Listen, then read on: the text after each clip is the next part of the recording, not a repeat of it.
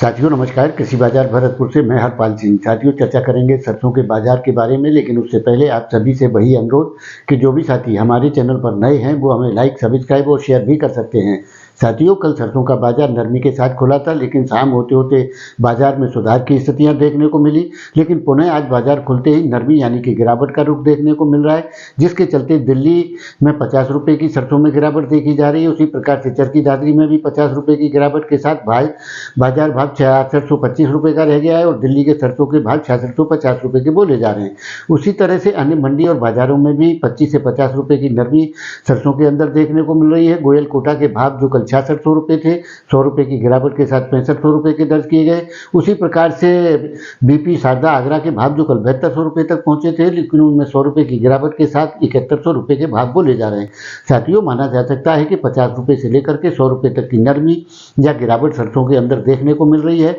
बिजाई जोर शोर से चल रही है। जो भी गिरावट की स्थितियां हैं वो केवल नाफेड की बिकवाली का असर बाजारों के अंदर देखने को मिल रहा है। कुछ मुनाफा वसूली हो रही है, जिसके चलते भावों में दबाव की स्थिति देखी गई है। लेकिन साथियों कोई बड़ी गिरावट या उस प्रकार की स्थितियां फिलहाल के दौर में नहीं है। सरसों की बिजाई जरूर जोर शोर से चल रही है। किसान लगातार प्रयास करके 2-2, 3-3 बार में भी सरसों की बिजाई करने में मशगूल है और उसके परिणाम भी जल्दी देखने को मिलेंगे कि सरसों की बिजाई पिछले साल के मुकाबले कितनी घटी है या कितनी घटने की संभावनाएं बनती हुई नजर आती हैं। लेकिन साथियों विदेशी बाजारों में केएलसी भी आज प्लस है और उसके साथ ही बाजारों में कुछ तेजी का स्तर देखने को मिल रहा है। बाजारों में यानी कि कुल मिलाकर के सुधार की स्थितियां ही देखने को मिलेंगी। दबाव का असर 2-1 दिन में बिल्कुल समाप्त हो जाएगा, जिस प्रकार की नाफेड की बिकवाली है। और उधर विदेशी बाजारों में जिस प्रकार के समाचार मिल रहे हैं, जिसके चलते खाद्य तेल बाजार में तेजी का रुख ही देखने को मिलेगा। गिरावट की स्थितियां फिलहाल के दौर में मिलना संभव है, लेकिन साथियों जिस प्रकार की हलचल यानी कि स्थितियां देखी जा रही हैं, अभी लंबा समय है सरसों के आने में। अभी बीज गर्भ में गया है, उसके क्या परिणाम होंगे क्या नहीं होंगे, सरसों तो होगी, इसमें कोई दो राय नहीं है।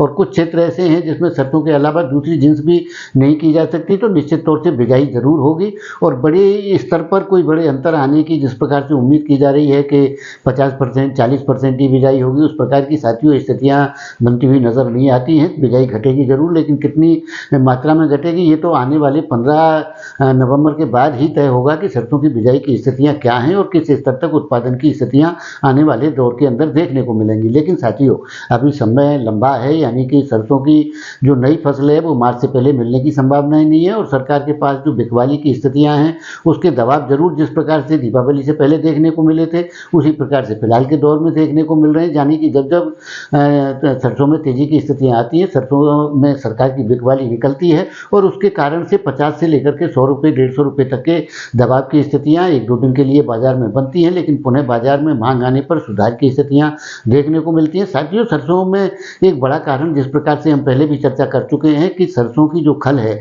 उसमें अभी बहुत बड़ी गुंजाइश है, क्योंकि प्रोडक्शन उस प्रकार के नहीं हो रहे हैं, जिसके चलते कम से कम 500 रुपये तक की तेजी सरसों के अंदर यानी कि सरसों खल के अंदर आ सकती है, जिसका असर सरसों पर भी देखने को मिलेगा।